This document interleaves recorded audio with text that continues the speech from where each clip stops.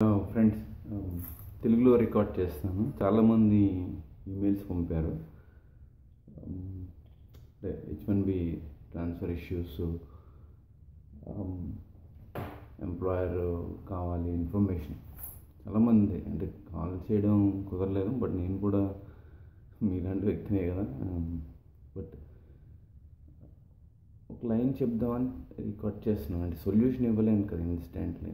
అలాంటప్పుడు మీరు చాలా గుండె ధైర్యంతో ఉండాలి, చాలా పేషెన్స్ ఉండాలి. అంటే అది సినిమాలో డైలాగ్ ఉంది కదా, డైలాగ్ రియాలిటీ.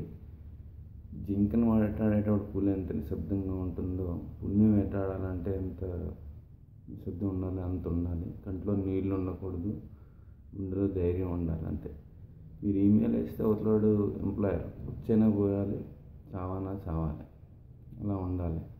ఆ ఈమెయిల్ ఎవరికి వేయాలో వాడికి వేయాలి. అంతే. పులి మీద సారీ లాంటిదండి H1B అంటే. మీరు దిగితే పులి మింగేస్తుంది.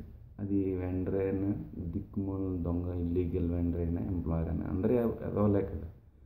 వాళ్ళు మనల్ని ప్రాస్టిట్యూట్ కింద, వ్యభిచారం కింద ట్రీట్ చేస్తున్నప్పుడు మనం ఎందుకు జాలి దయ ఉండాలి, వేసేయాలి. అది అంటే ఉద్యోగం H1B అనేది దాన్ని వ్యాపారం చేశారు, అందరూ ఇప్పుడు వ్యభిచారంలా చేశారు. ధైర్యంగా ఉండండి. H1B ట్రాన్స్ఫర్ ఇమీడియట్ ట్రై చేయండి. American prime ministers, second Indian innings. ఏం చేస్తాం మరి? దేశంతా లంజల వ్యవహారం అన్నప్పుడు మనం కూడా లంజలాగా బిహేవ్ చేయాలి వాళ్ళతో. పొరంబో కథలు, 10th, ఇంటర్, డిగ్రీ, బీటెక్ కూడా ఫెయిల్ వీళ్ళందరూ. బట్ IIT లాగా ఫోల్డింగ్ ఇక్కడ మనం ఏం చేయలేం. ధైర్యంగా ఉండండి. ఇది కాకపోతే దీని అమ్మ జీవితం ఇండియా ఉంది. ఇండియా అంటే ఆయన ఎవడో రాశాడు ఇప్పుడే. ప్రాబ్లం ఉందంటే ప్రాబ్లం ఇండియన్స్ తోటే ఉంది గురు, అమెరికన్స్తో లేదు, అమెరికన్ ఎంప్లాయర్స్తో లేదు. ప్రాబ్లం ఇండియన్స్ తోటే ఉంది. ఇక్కడ వచ్చేసి నాకు వచ్చేసి క్వశ్చన్స్ ఆపండి రా బాబు, గూగుల్ చేయండి రా, ఇన్ఫర్మేషన్ తీసుకోండి రా. థ్యాంక్ యూ, ధన్యవాదాలు. ఇవి హ్యాటర్స్కి లాస్ట్ పార్ట్. ఫస్ట్ పార్ట్ మీకు ధైర్యంగా ఉండండి.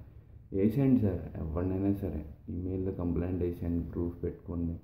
ఎంప్లాయర్స్ చదవాలని అమెరికాకి తెలుసు, బట్ వీళ్ళు క్రిమినల్స్ కదా, ఎలా దొరకాలనేది మీరే ఆలోచించాలి. ధన్యవాదాలు.